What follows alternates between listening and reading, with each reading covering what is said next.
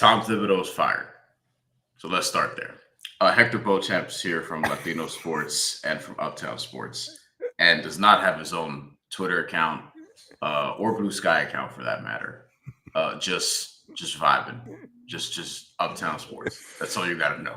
That's a great way to start it. That's a great way to start it. What up, people? How we doing? Hector and I have some things planned beyond this, so I figured you guys should get used to seeing us together. Yes. Okay, so Tom Thibodeau's gone, bro. And me and Dexter Henry, a friend of this channel, friend of yours, at the New York Post, as I referenced in a couple other videos I've done here, we popped in to the studio. He was around, I was around. We did a live show yesterday for an hour and a half talking about this, and we're going to talk about it some more right now. But I'm not going to lie, even though I knew the possibility was there, I was pretty surprised. What was your initial reaction to Tom Thibodeau? Same. The thing, Tom Thibodeau being ousted. I would say for me, I was shocked, surprised. I didn't know if it was real or fake. I got the tweet, or I got the notification from Stephen Bondi on Twitter. I was literally, after I did my Yankee show yesterday, I'm here editing some videos, and then I get the notification and I scream to my girlfriend, the Knicks fired Tom Thibodeau. I didn't believe it when it happened. The shock hit me, but at the same time,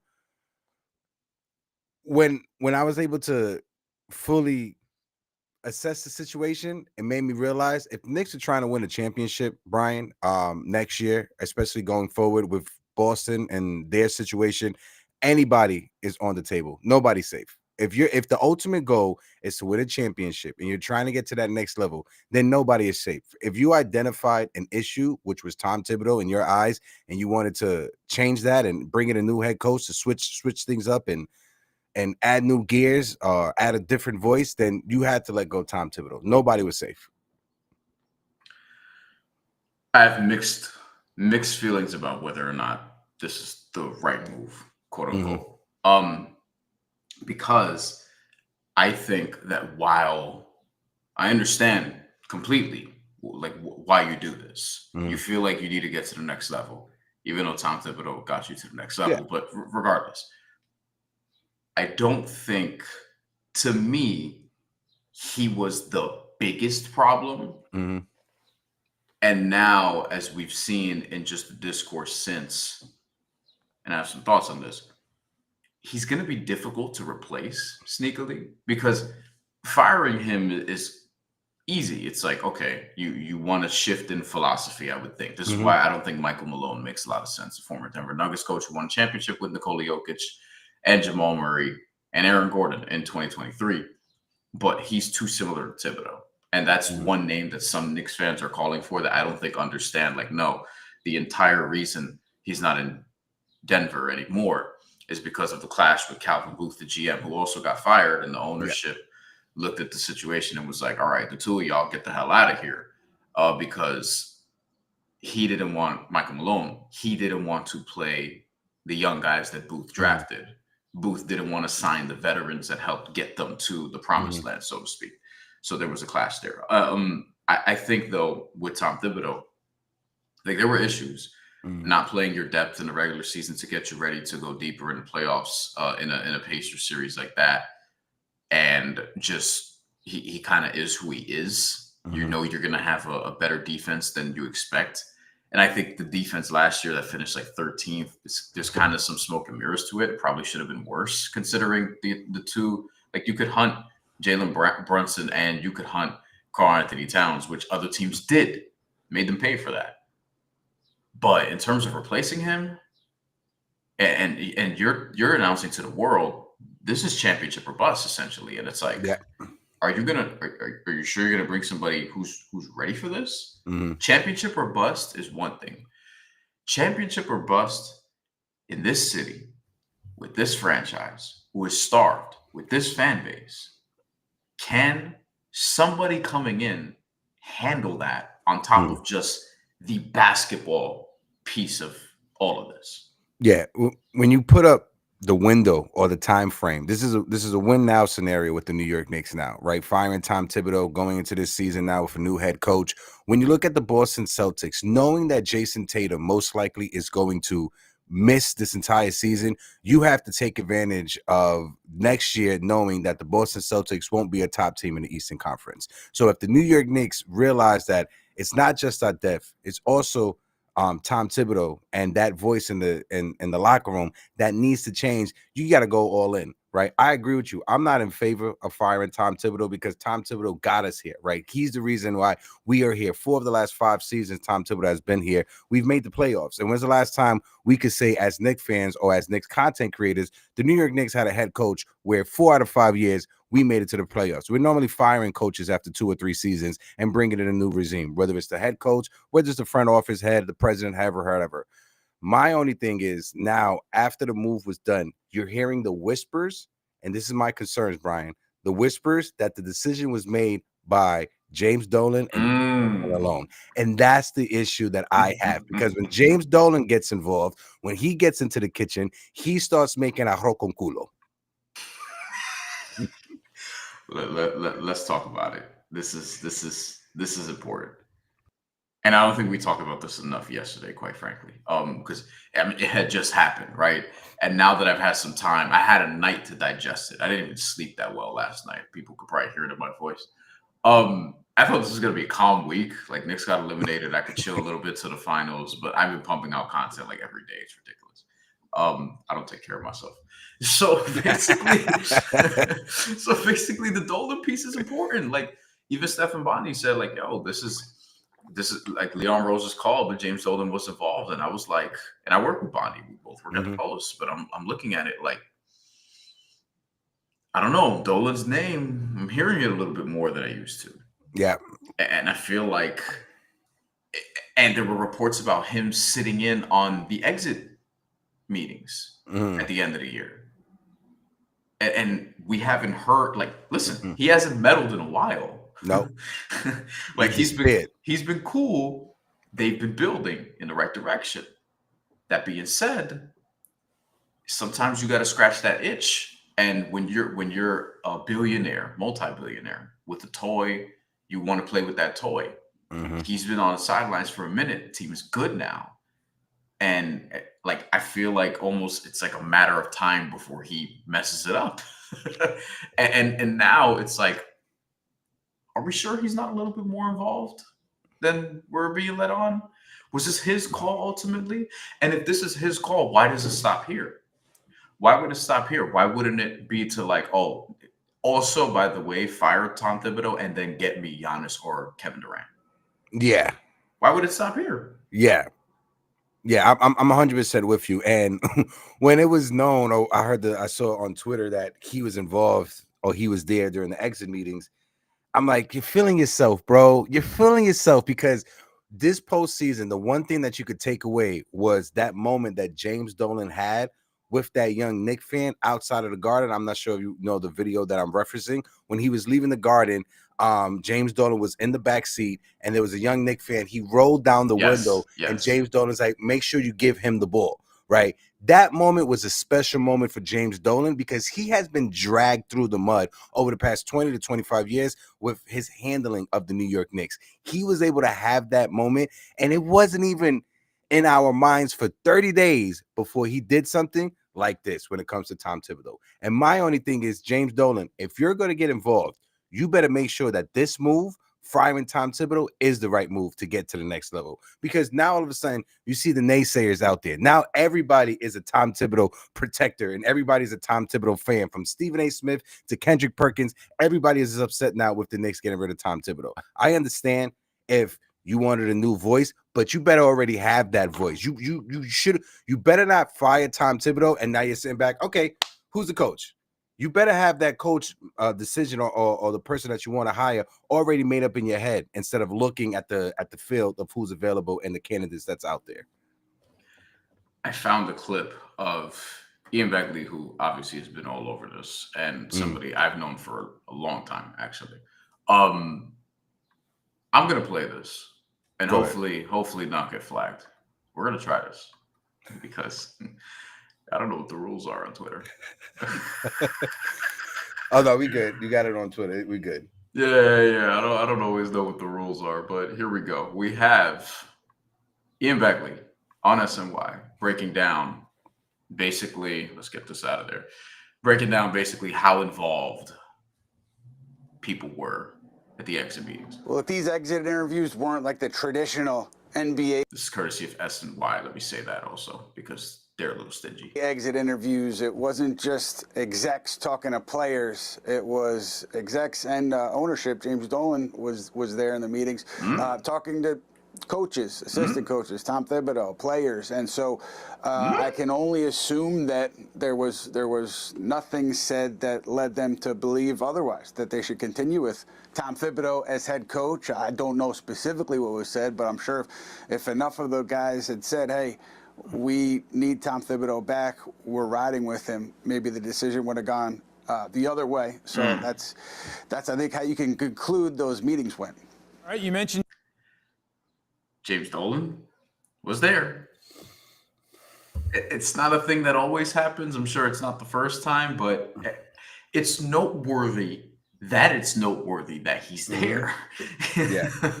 You know, like if he were there and it wasn't a big deal, but I just have questions. James Let's Dolan, see. anyone See who's what else is followed here. sports in this town for 5 seconds knows nothing happens at the Garden without Dolan being involved. So how much of this decision was Dolan and how much of it was Leon Rose? There's the follow-up, Beeman. Look, I'll say this. I think saying it was a Leon Rose-led decision is accurate. And, you know, people might say, how is James Dolan not involved here? Fair All I'll say is, in the past, when Tom Thibodeau's seat got hot, Leon Rose chose at least twice to hold on to Thibodeau. And at one point, he was going to go down with the ship if he was forced to fire Thibodeau. It was different this time. So if this was not a Leon Rose decision, he would have resigned with Thibodeau. Leon Rose was on board with this. Was Dolan against firing Tom Thibodeau? Obviously not. But he also is going to have to pay out this $30 million plus extension that Thibodeau is owed. That's all guaranteed money. So while James Dolan was involved in a way that an owner would be, it wasn't against Leon Rose. He didn't make this decision against Leon Rose's wishes. The speculation already running wild with the big names as a... That's good to know. To me, that's good to know. Also, too, Brian, I wish somebody would just fire me and just pay me $30 million just to walk away. I would. He had 3 years left on his deal for $30 million. He's basically a mid-level exception player. Yeah. Nice severance package for Tom Thibodeau. Listen, if this was a Leon Rose-led decision and James Dolan was there advising him, if Leon Rose is the one that pulled the trigger on this, I respect it. But if James Dolan is the person behind the screen pulling the strings, that's something that gives me concern. But hearing Begley said that no, this wasn't James Dolan decision. If it was James Dolan decision, Leon Rose would have walked away as well. That gives me a little it makes me feel a little bit better going forward. I still have some questions. I will never question Ian's reporting because I do this as solid as it gets. Again, I've known him for. I met him when I was like barely in the industry. I had just started at SB Nation, and he sat with me and stuff because we had met through decks and whatever. Yeah, and he gave me his measure of advice and all these different things. So I would never badmouth Ian or anything like that. But I do have some questions about like how this sort of operation is going. From a what they want people to know standpoint, like.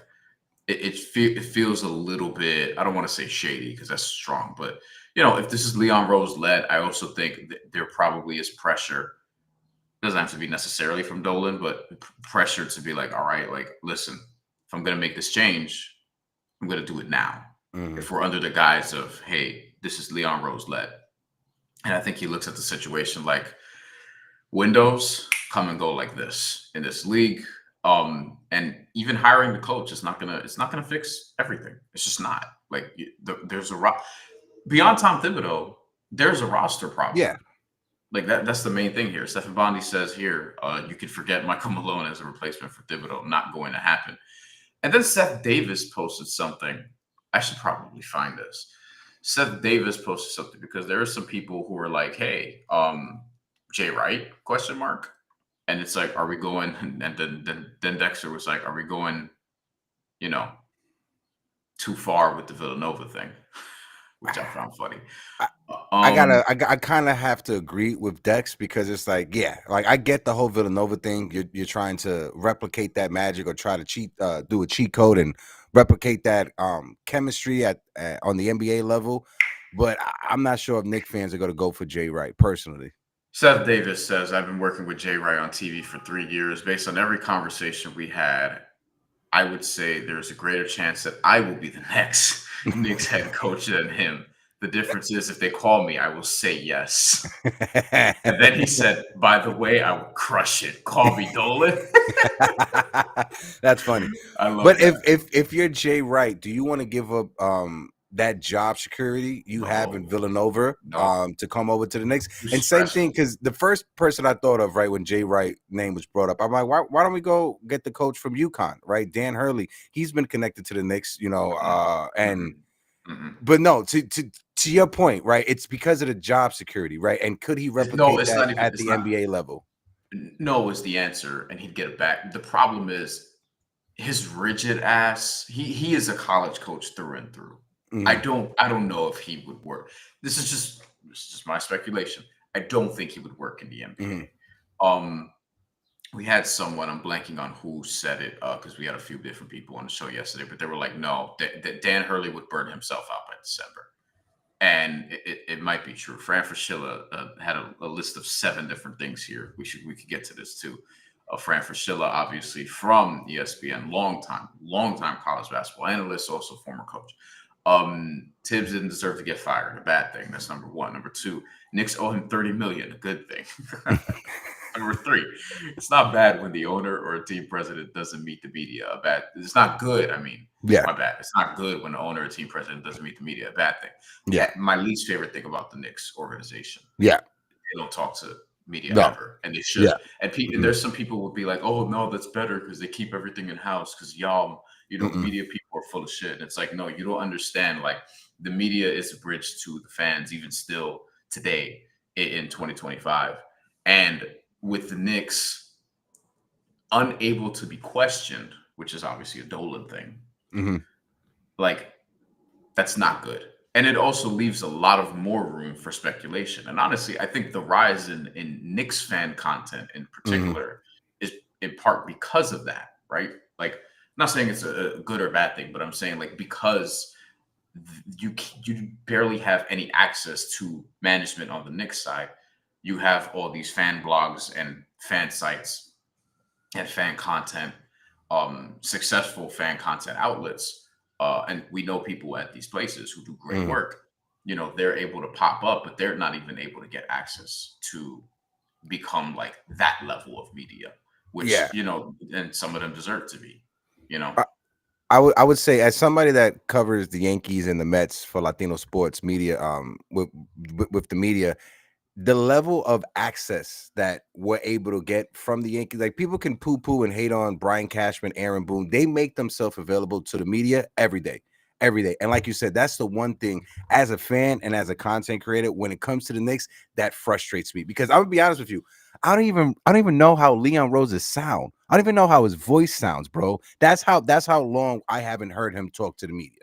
I don't even remember how this man sounds. For the cover art for this, or for one of these things I was doing, I looked for photos of him, and none of them were recent. There was like one image of him, 1 or 2 images of him in the round against the Pistons in the first round of the playoffs, sitting there. And it wasn't even that great of a photo. It wasn't even a usable one. No offense, Leon Rose. I don't think you look like a bad dude. That's not what I'm trying to say. Number 4, he don't give a shit. The hot young assistant coach is like the backup quarterback in football.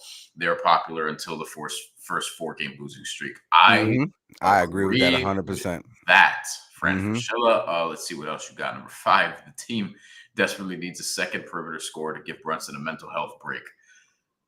Yes.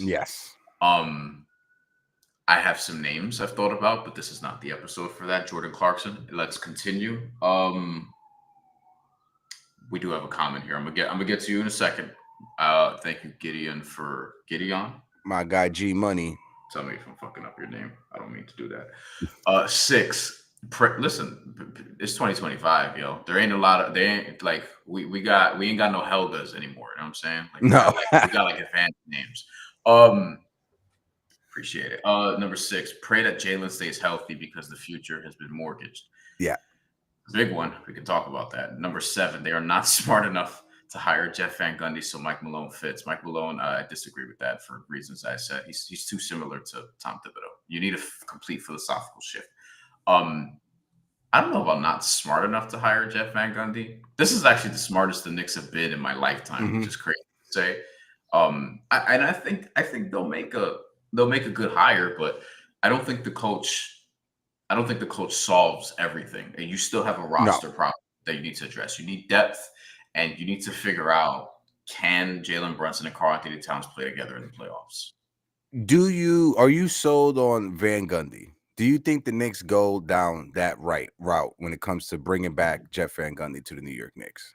He is credited with at least partially why the Clippers defense was really good last year, and why a lot of people were excited about the Clippers to say, hey, this is a team that could push Oklahoma City the furthest out of everyone in the Western Conference. Now, they ended up losing to the Denver Nuggets in round 1.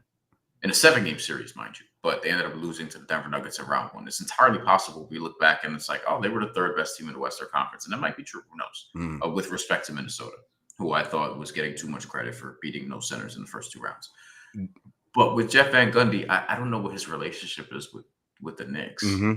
That's what I'm worried about. That's the question. I also like that.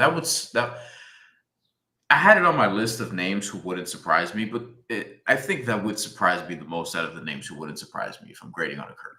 Yeah, and knowing that Jeff Van Gundy and Rick Brunson, they have somewhat of a relationship, is it safe to say that Rick Brunson will be back as an assistant coach next year? Is his job safe? Or he gets reassigned to special advisor to Leon Rose just to keep him around. Gideon says, I'm happy Tibbs is gone. New bad blood was needed. I would be curious, Gideon, to know who would you want them to hire. Hector, let me give you the list of names. Go ahead.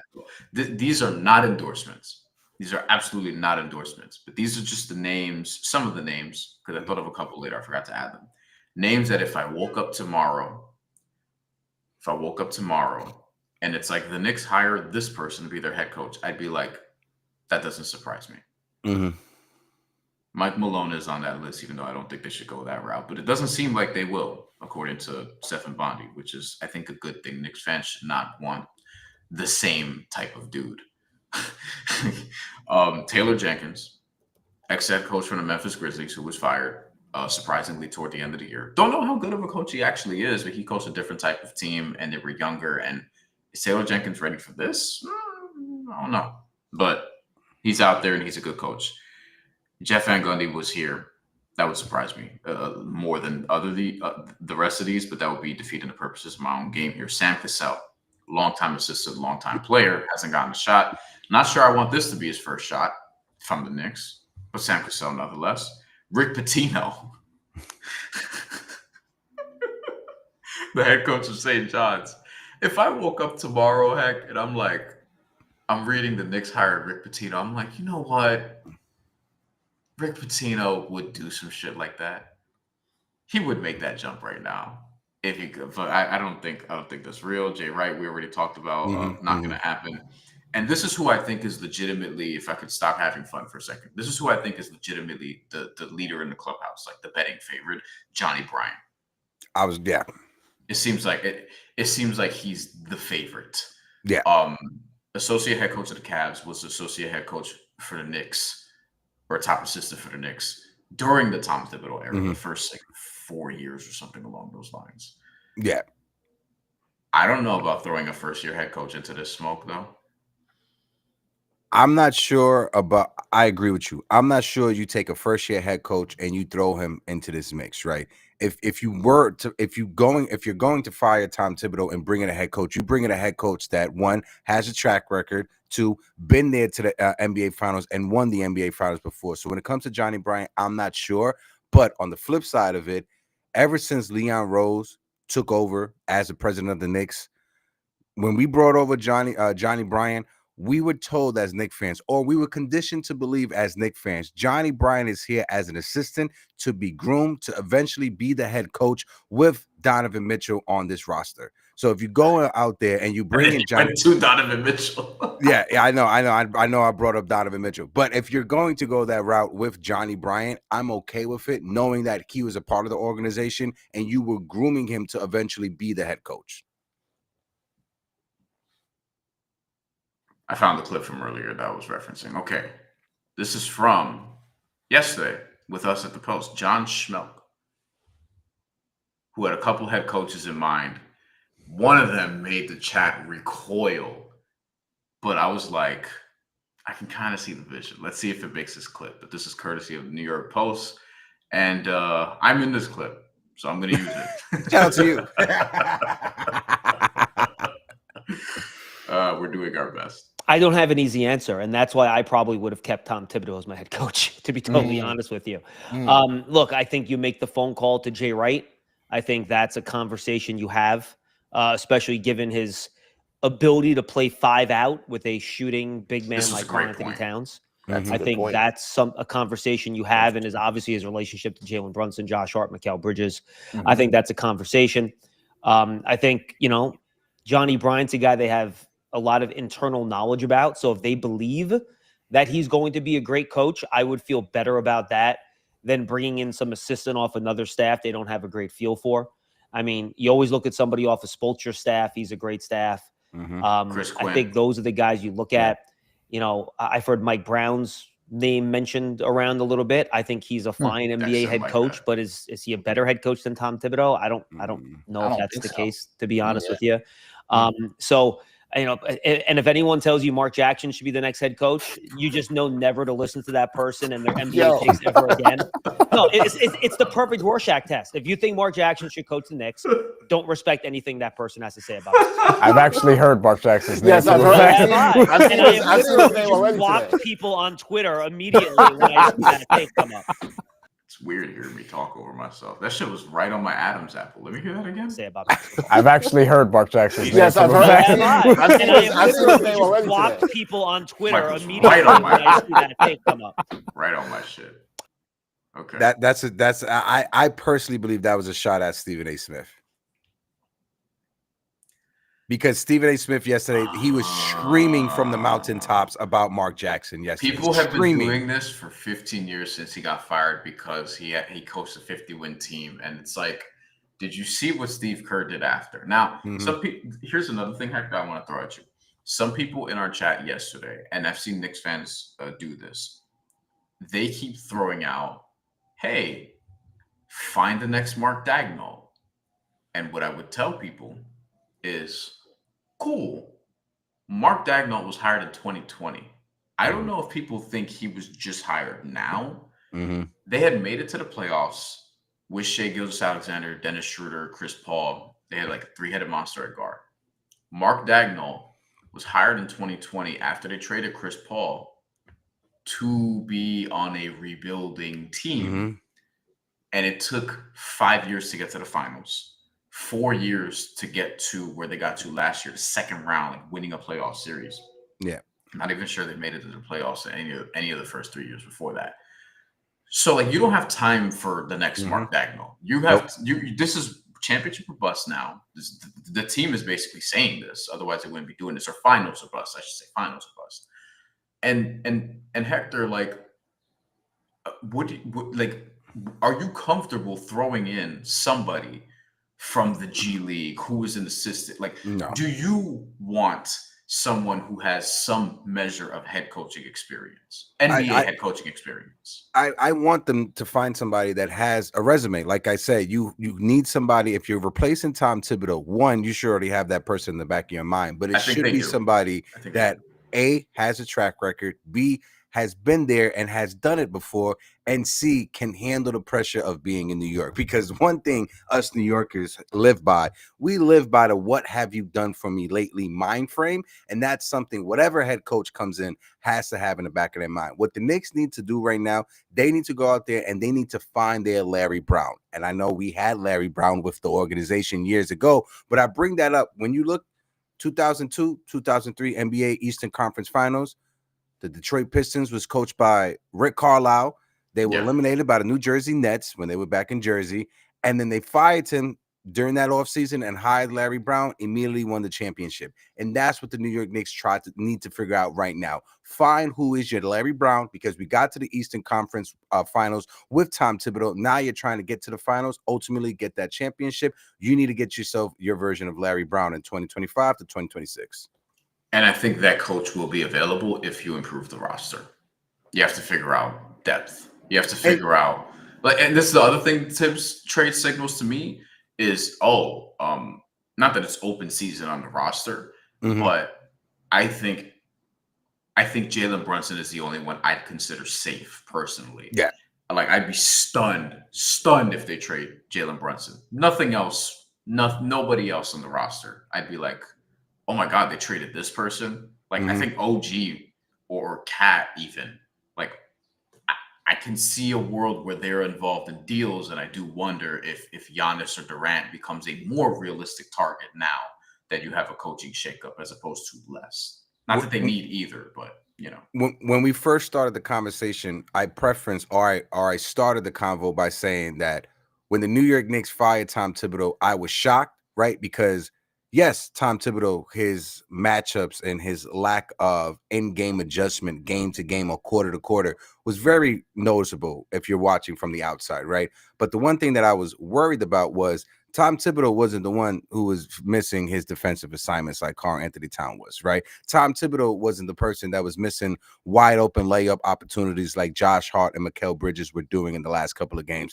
Tom Thibodeau wasn't a person that was turning over the ball left and right in the last two games like Josh Hart was doing, right? So yes, I'm shocked that Tom Thibodeau got fired, but on the flip side of it, Tom Thibodeau wasn't out there on the court turning the ball over left and right. Tyrese Halliburton misses that shot in game 1, and Tom Thibodeau might still be here. And honestly, we might have just finished game 7 a couple nights ago. I don't know who would have won the series. I know a lot of people would say, oh, the Knicks win the series from that. Maybe. We'll never know. But I do think that bounce might have been what got him fired. Yeah, everybody is quick to do the what if games. If I didn't get braids in junior high school, I would have hair right now, Brian. You feel me? That you can't do the what if game. I think my hairline is not what it used to be, admittedly. That shit was sharp. Like, even a few years ago, I did get it braided in high school though, because Puerto Rican, we do that. Of course, and I'm suffering from it in 2025. Yeah. Speaking of, you got to go to the barber, and I got to eat breakfast. Thank y'all for watching. If you do watch this after the fact, leave a like, leave a comment, and you will be seeing Hector and I doing more, and you will see me doing more on this channel. Next time you'll hear from me here, probably early Friday, we'll be recapping game 1. Planning to do it with my guy Josue Pavon, who covers the Oklahoma City Thunder, who lives in who moved from Boston, covering the Celtics, to Oklahoma City to cover the Thunder, and might get a media championship ring in his first outing. So shout out to my guy Josue. We're planning on doing that Friday, but we'll follow up then.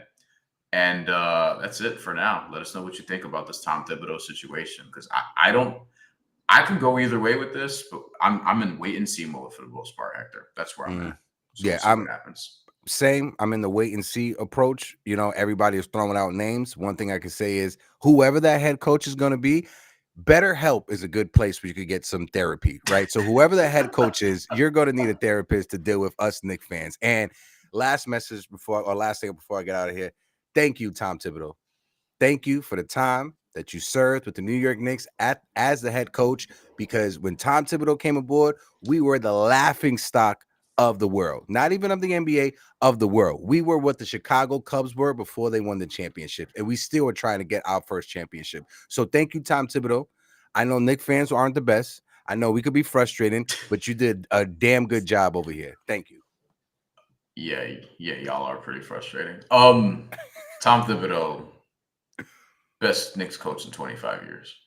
Facts. Got them the furthest that they've been in 25 years. And I still think Tom Thibodeau, even as he gets fired here, left the NBA. He might come back, I don't know, but leaves as a top 6 or 8 coach. I don't think there are that many coaches better than him.